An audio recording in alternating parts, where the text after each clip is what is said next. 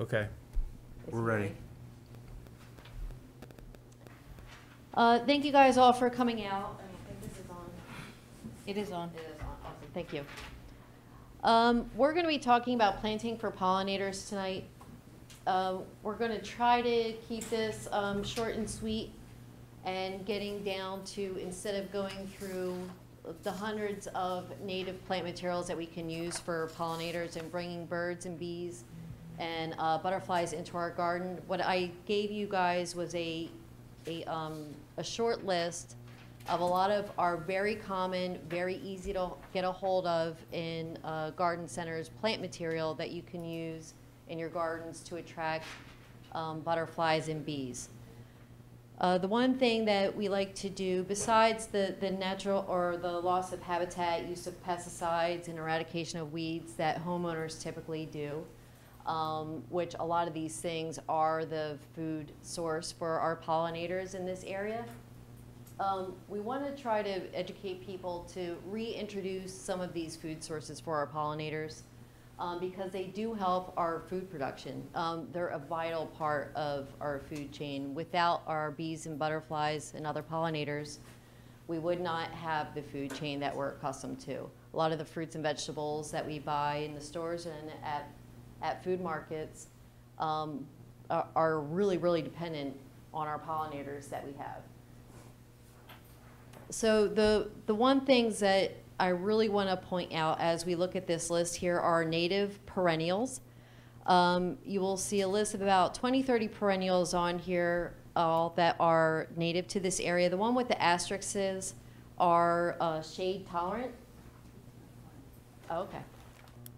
So if you have an area that has is in the shadow of buildings or trees or anything like that, those plants will be better suited for those areas than full sun. Next to it, we have our woody plants. Those are trees and shrubs, as well as one vine in there, our native honeysuckle, that are also really imperative to nectar, pollen, and food source for our pollinators. There are a couple on here that are also food sources for the larvae for butterflies: sassafras, spicebush, pussy willow, Jersey tea. All those guys are really imperative for the larval stages, the caterpillars that some people don't like. But those caterpillars turn into moths and butterflies, which are our pollinators that we depend so heavily on. So try to make sure that if we have them in our properties, to try to keep them intact and not remove them if you can get away with it. We also have down there below are some non-invasive, non-native plant materials that I do want to mention because they are so vital to pollinator planting. Salvia, catmint, Sheffield mum. Sheffield mum is really important because it blooms into November. So for our late season pollinators, that one keeps them going almost until Thanksgiving. A lot of our herbs that we use a lot in our veggie gardens, parsley, dill, thyme, fennel, lavender, sage, mints, all those guys are really, really important. They're not native per se, but the larval stages of the butterflies really, really depend on them to feed on. And the bees really like them as well. You'll see lavenders and catmint just buzzing with our bee friends during the season. So make sure to include those in your native pollinator gardens as well. Keep in mind some of the weeds that we fight so judiciously in our lawns. Clover, dandelion, violets. These are really important food sources to our honeybees. So try to have some tolerance of our lawn weeds, just a little bit of tolerance. And don't treat your lawn. Well, don't treat your lawn, and if you do treat it, try to treat it with organic fertilizers, slow release fertilizers. They don't leach into our groundwater systems also. So organics is always the best way to go. I want to talk a little bit about pesticides, using pesticides on our food crops and on our flowering crops that, Can I ask you a question? absolutely. Are these, some of these invasive?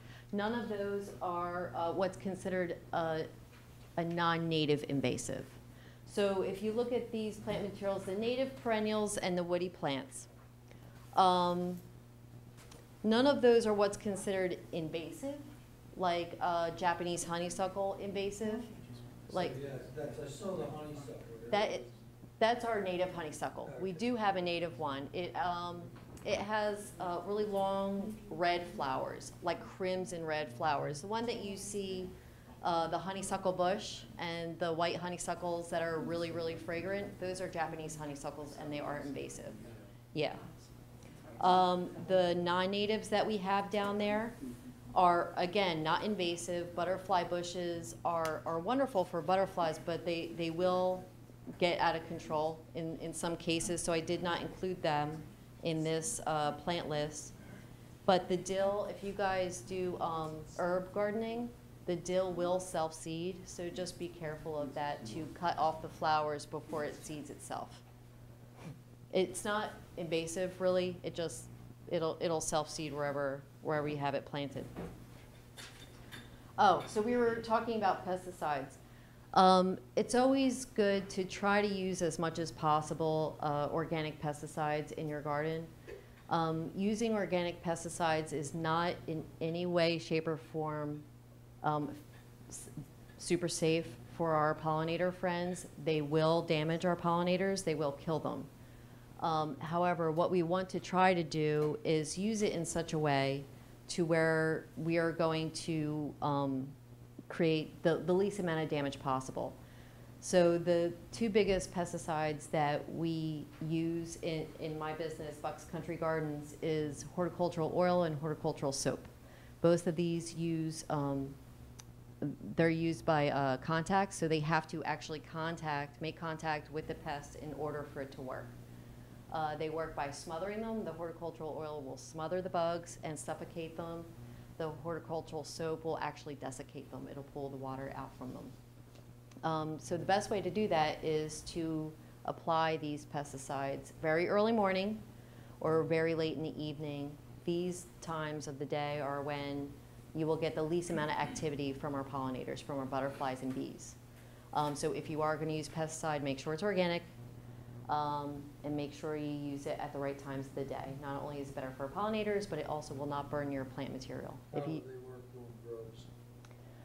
Grubs is actually best to use a product like milk spore or diatomaceous earth or something like that. Animals, if you have pets, isn't it?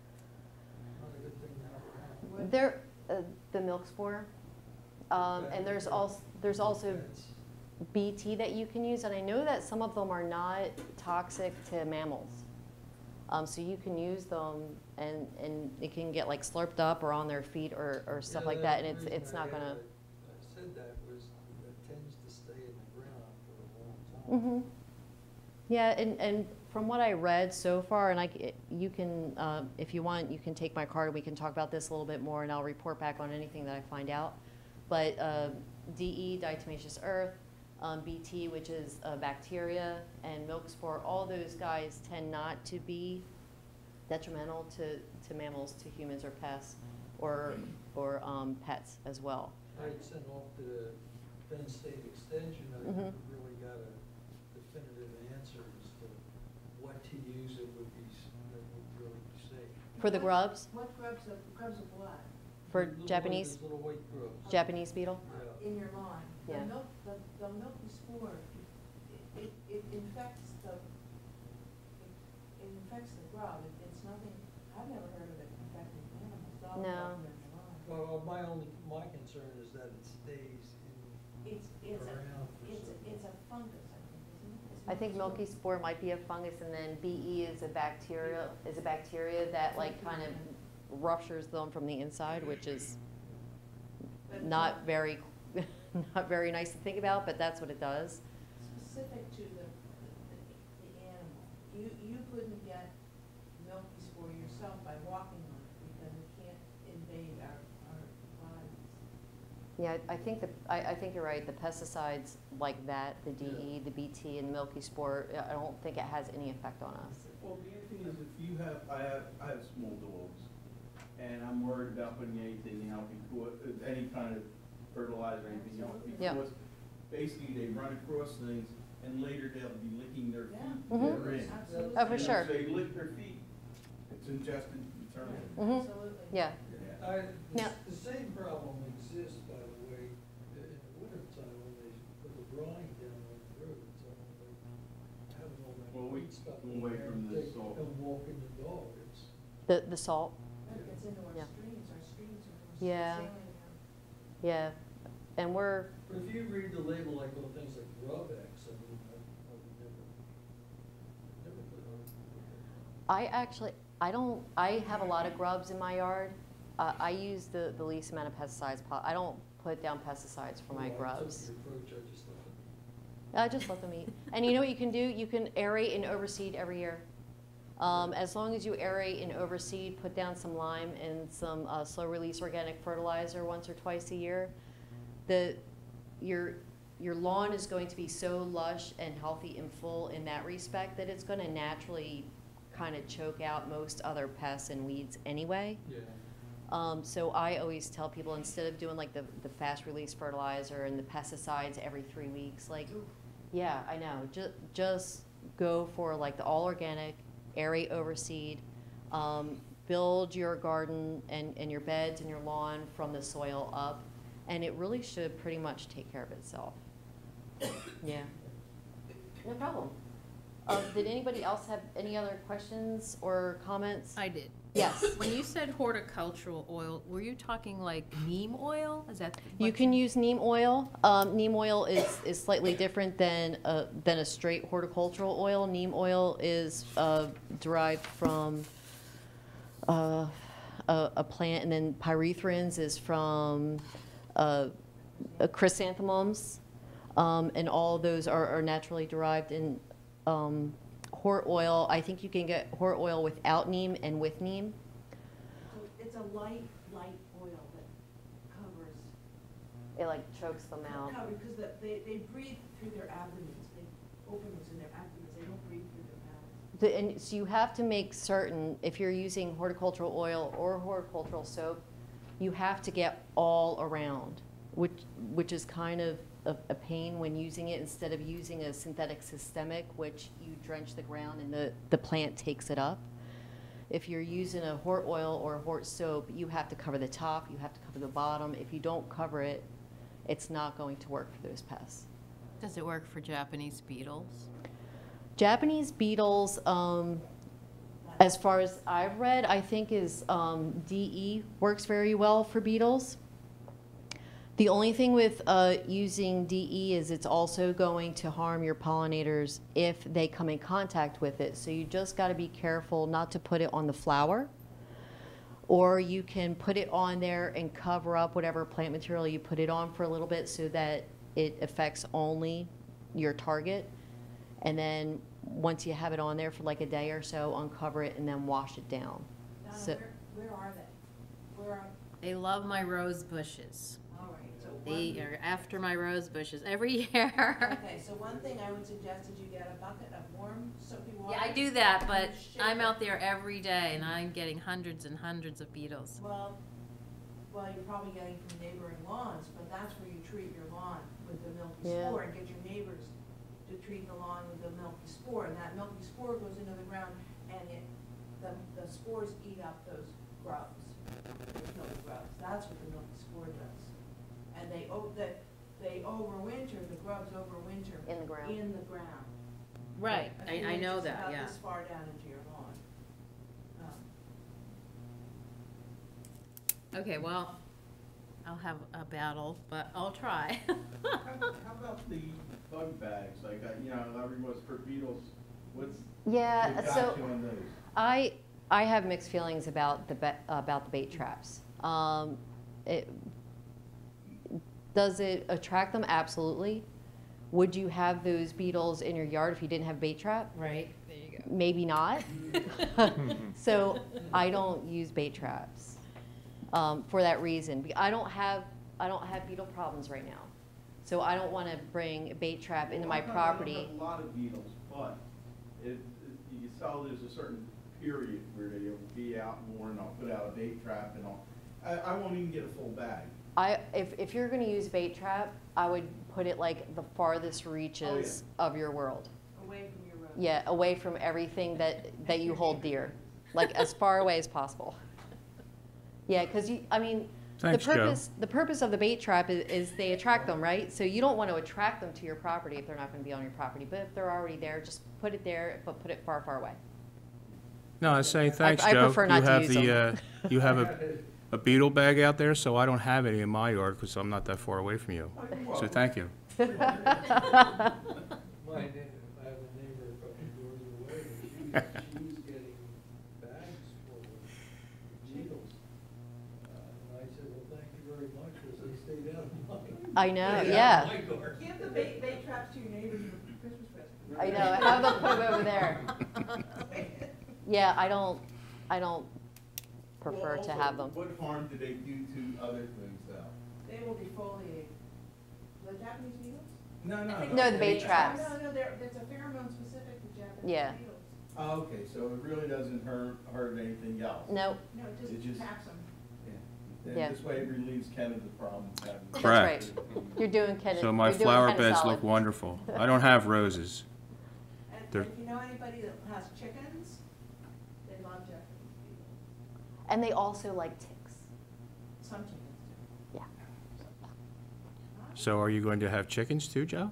No, but just Oh, roses. okay. So what is it, if somebody has chickens, what are you supposed to bring all your beetles over there or have them come over to your yard? Well, they'll Have jump them up visit and with get the them, chicken. but I would, when I had chickens and I had the beetles on, I would shake them into that soapy bucket and then I'd shake the bucket a little bit to stun the beetles. And then I put it on the ground and the chickens. Oh, they eat the dead ones. No, they would eat them before they flew away. I heard they kind of eat like everything. Yeah, they'll eat snakes, mice. Yeah. Oh. All your chickens, all your scraps. If you see. Chickens? if No, you- the scraps, like your kitchen scraps. Ew. You're supposed to refeed them like the egg shells to rebuild the calcium. Yeah, all kinds of stuff. I thought they were herbivores. Oh, no. If you Okay. see They eat vegetarian- everything. If you see vegetarian feed on that chicken, on that egg carton, you know they're not feeding them the right thing. That's what they're scratching for bugs and stuff when they're like out Right, scratching that's around. true, Yeah. that's true, yeah. They're very aggressive predators to small things. I was cleaning out the chicken house and I shook out a mouse and chicken ate it. Jumped down and grabbed it. A question on these native perennials. Yes. I assume that bee balm is not on the list. Bee balm, sorry. So let's go through these a little bit, the native perennials, because I have I have the genus name on there, the Latin name. So Achillea is yarrow. The next one down, Asclepius, is going to be your milkweeds. Aster is aster. Baptisia is false indigo.